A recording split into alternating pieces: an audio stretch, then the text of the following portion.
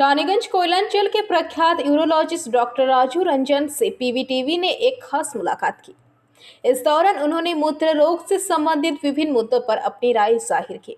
उन्होंने इन रोगों से बचने के उपाय भी सुझाए। उन्होंने बताया कि रानीगंज जैसे कोयलांचल में क्योंकि प्रदूषण ज्यादा है, इसलिए यहाँ के लोगों को विभिन्न प्रकार की बीमारियां हो सकती है।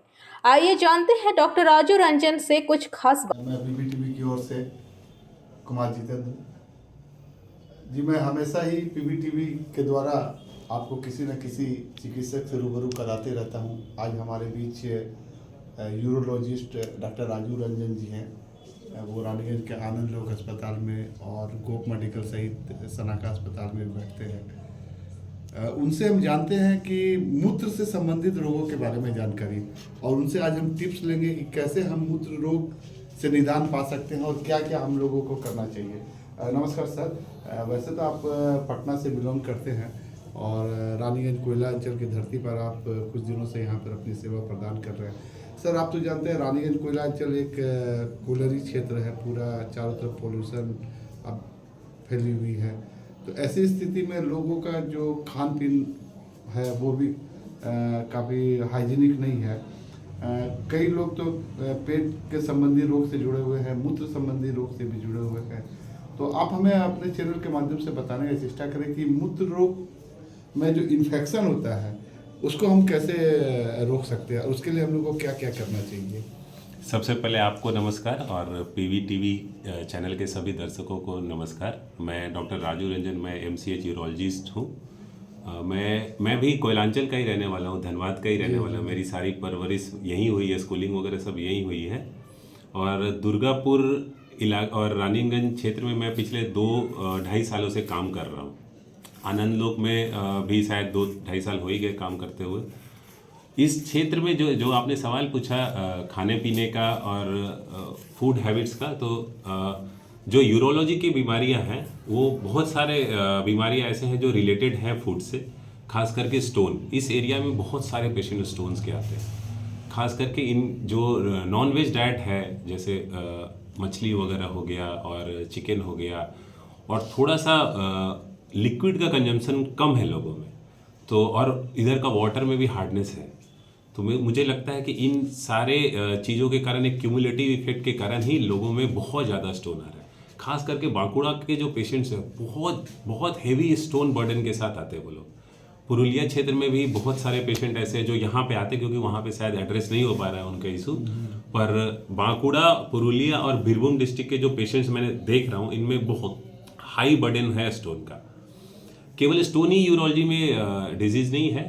कुछ डिजीज़ ऐसे हैं जिनको खाने पीने से लेना देना नहीं है। कुछ ऐसे हैं जिनको एज के साथ हो रहा है, जैसे प्रोस्टेट की बीमारी हो गई। अच्छा, इधर लोगों में बीड़ी पीने की आदत बहुत ज़्यादा है, जिसके कारण ब्लैडर ट्यूमर भी बहुत ज़्यादा है इधर।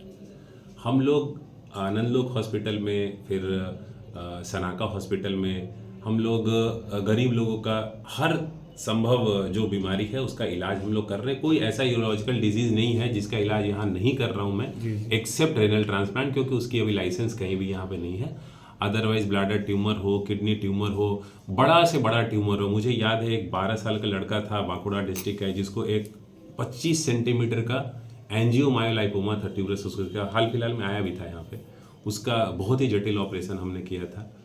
तो इस क्षेत्र के लोगों को यहाँ पे बैठने से बहुत सहयोग हो रहा है, इसलिए हम यहाँ पे अपना सेवा जो है कंटिन्यू रखे हुए हैं। क्या क्या करने से हम यूरिन इन्फेक्शन को रोक पाते हैं? 2 चीज़ों का टिप्स मैं देना चाहूँगा। एक है कैसे हम स्टोन डिजीज से प्रिवेंट करें खुद को, और कैसे हम यूरिन इन्फेक्शन से प्रिवेंट करें। स्टोन डिजीजेज के लिए एक सिंपल सा टिप ये है कि कम से कम 3 से 4 लीटर पानी एक दिन में पीना है हमें। और कुछ डाइट्स ऐसे हैं जो कि स्टोन बनाने में रोल रखता है, जैसे कि साग हो गया। इधर कुछ पंजाबी पॉपुलेशन भी है जो पर्टिकुलरली साग वगैरह बहुत खाते हैं, तो साग हो गया, कैबेज हो गया, ब्रिंजल हो गया, टमाटर हो गया, ये सब का सेवन करने से स्टोन ज़्यादा बनता है। लेकिन अगर हम ज़्यादा से ज़्यादा पानी का सेवन करेंगे तो वो नलीफाई हो सकता है। दूसरा है यूरिन इन्फेक्शन। तो मैं जो पेशेंट्स को देख रहा हूँ, मेनली जनरली यूरिन इन्फेक्शन के लिए जो फीमेल पॉपुलेशन है ज़्यादा प्रोन होती है, ठीक है। और एक सबसे बड़ा रोल इधर है अनहाइजेनिक वॉशरूम, जो जनरल पब्लिक वॉशरूम जो लोग यूज़ करते हैं, क्योंकि मैक्सिमम लोगों में मैंने हिस्ट्री लिया है कोई ना कोई ज़रूर या तो वो ट्रेन में पब्लिक वॉशरूम यूज़ किया हो या कहीं भी जहाँ पे अनहाइजेनिक है, उसके बाद वो यूज़ करने के बाद यूरिन में इन्फेक्शन के चांस ज़्यादा होते हैं।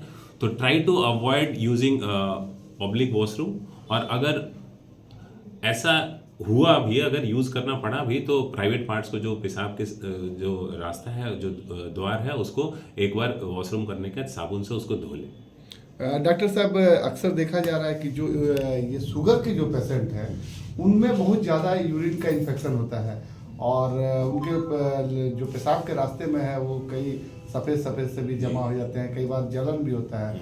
तो उसके लिए उस पर रोकथाम के लिए क्या करना चाहिए? हाँ, जो आप सफ़ेद बोले उसको फाइमोसिस बोलते हैं या फिर बेलेनोपोस्थाइटिस, ये बहुत कॉमन है। कभी कभी क्या होता है कि शुगर है किसी पेशेंट को या नहीं, ये डायग्नोज ही ऐसे होता है कि कोई पेशेंट बेलेनोपोस्थाइटिस के साथ प्रेजेंट किया, हम लोगों ने शुगर कराया और वो शुगर के पेशेंट निकलते।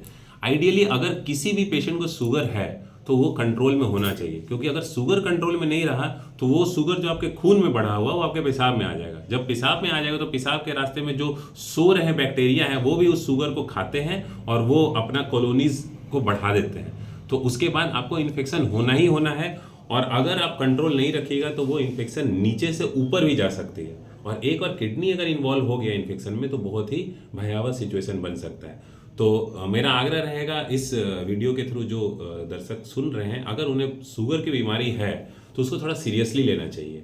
अगर वो शुगर को कंट्रोल रखेंगे तो बहुत सारी बीमारियों से खुद को वो दूर रख सकते हैं, जिसमें से एक ये भी है। सर, ये बार बार जो एक बहुत सा कॉमन बीमारी है, बार बार मूत्र जो आता है, जो पेशाब आता है, उसको आप क्या लक्षण मानते हैं और उस पर क्या करना चाहिए? उसको स्टोरेज लट्स कहते हैं। स्टोरेज लट्स में क्या होता है, पेशाब जाने की बार बार इच्छा हो रही हो, पेशाब जाने के बाद भी संतुष्टि नहीं हो रहा है कि पेशाब खाली हो गया, कभी कभी रात में बार बार पेशाब करें।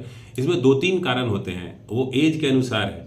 न्यूरोजेनिक ब्लैडर हो सकता है अगर बहुत ही कम उम्र में हो रहा है तो, और अगर ओल्ड एज है तो हो सकता है प्रोस्टेट के कारण हो, यंग लोगों में ब्लैडर के स्टोन के कारण भी हो सकता है, और जिनको शुगर है वो शुगर अपने आप में ये लक्षण क्रिएट कर सकता है। तो हम लोगों को पेशेंट को इंडिविजुअलाइज करके समझना पड़ता है, पेशेंट से हिस्ट्री लेके समझ में आती है कि इनको किस वजह से हो रहा है। बहुत सारे कारणों से हो सकती है ये। तो जब भी किसी को ऐसा अगर एहसास हो रहा है कि मुझे बार बार पेशाब जाना पड़ रहा है, रात में एक बार या एक बार से ज़्यादा भी पेशाब जाना पड़ रहा है, तो ज़रूर किसी न किसी यूरोलॉजिस्ट से कंसल्ट करें। कहा कि पानी लोगों को ज़्यादा पीना चाहिए, इस स्थिति में लोग क्या करेंगे? हाँ, ये अगेन इंडिविजुअलाइज्ड केस हो गया, एक एक्सेप्शनल केस हो गया। जैसे जो हार्ट के पेशेंट होते हैं जिनका हार्ट पंप ठीक से नहीं कर पा रहा है, तो उनको खून कम रहना चाहिए शरीर में, क्योंकि अगर ज़्यादा आएगा तो पंप नहीं कर पाएंगे तो शरीर फूलने लगेगा। उन पेशेंट्स में तो रेस्ट्रिक्टेड हमको करना पड़ेगा, उसमें तो कोई, पर ये जनरली यंग एज के उतने पेशेंट्स नहीं होते, ओल्ड एज वाले रहते हैं। और हम ओल्ड एज के जो पेशेंट्स होते हैं जिनको प्रोस्टेट की समस्या है, उनका ऐसे भी हम कहते हैं कि शाम को जो है 6 बजे के बाद कम पानी पीना चाहिए, नहीं तो आपको रात में बार बार पेशाब जाना पड़ेगा। वैसे केसेस में इंडिविजुअलाइज ट्रीटमेंट है जो आपने पूछा, वो पेशेंट को हम उसके जो उसका जो प्रेजेंट कंडीशन है उसके अनुसार से बताएंगे। पर जो भी यंग पेशेंट है, जनरली स्टोन डिजीज जो है वो 30 से 50 साल के लोगों में ज़्यादा कॉमन होता है, उन लोगों के लिए ये एडवाइस है।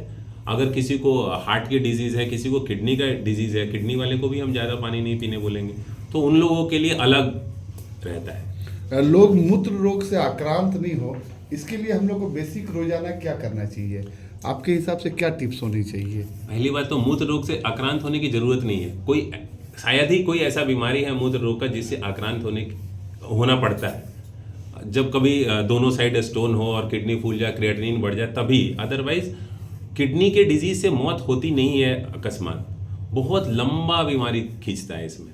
और डेली रूटीन अगर हम इस तरह से रखें, एक कट ऑफ है कि हम इतना प्रोटीन ले, उसके बाद हेवी मिनरल्स एंड सॉल्ट्स वगैरह का सेवन कम करें। बहुत लोग यहाँ आयुर्वेदिक दवाई वगैरह लेते हैं जिसमें बहुत ही हाई मिनरल्स हैं, तो उन लोगों को एक कंट्रोल्ड वे में, मैं ये नहीं कहता हूँ कि उन लोगों का सेवन नहीं करना चाहिए, वो भी पद्धति काम कर रही है, बट कोई भी चीज़, हमारा ही दवाई अगर आप अनकंट्रोल लेने लग जाइएगा, दर्द का ही मेडिसिन, अगर कोई आदमी ज़रूरत से ज़्यादा ले तो उसकी किडनी खराब होती है। ठीक है, तो जो भी चीज़ आप ले रहे हैं, हेवी मिनरल्स ले रहे हैं या फिर पेन किलर्स ले रहे हैं, तो वो एक कंट्रोल्ड वे में और एक सुपरविजन, डॉक्टर के सुपरविजन में होना चाहिए।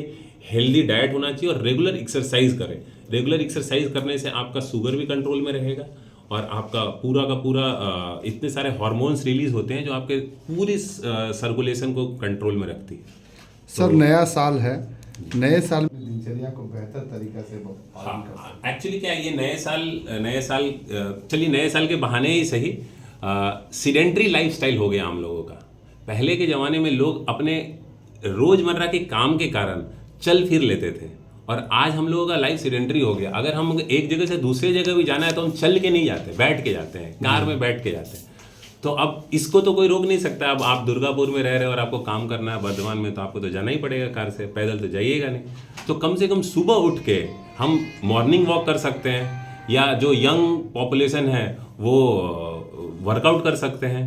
तो मैं यही कहूँगा कि हेल्दी डाइट यूज़ करें और ज़रूर किसी न किसी टाइम में, दिन के संध्या वेला हो या सुबह के वेला हो, उस समय मॉर्निंग वॉक करें और थोड़ा सा एक्सरसाइज करें, ताकि योगा भी आजकल आया हुआ है। जी। योगा से सबसे ज़्यादा इफेक्ट होता है। योगा पूरे ओपियाइड्स का रिलीज, एंडोर्फिन्स का रिलीज इतना कराता है शरीर में, सब कुछ साइकिल में हो जाता है। तो योगा अगर कर सकते हैं, आदत लगा सकते हैं, बहुत हेल्दी हैबिट है वो।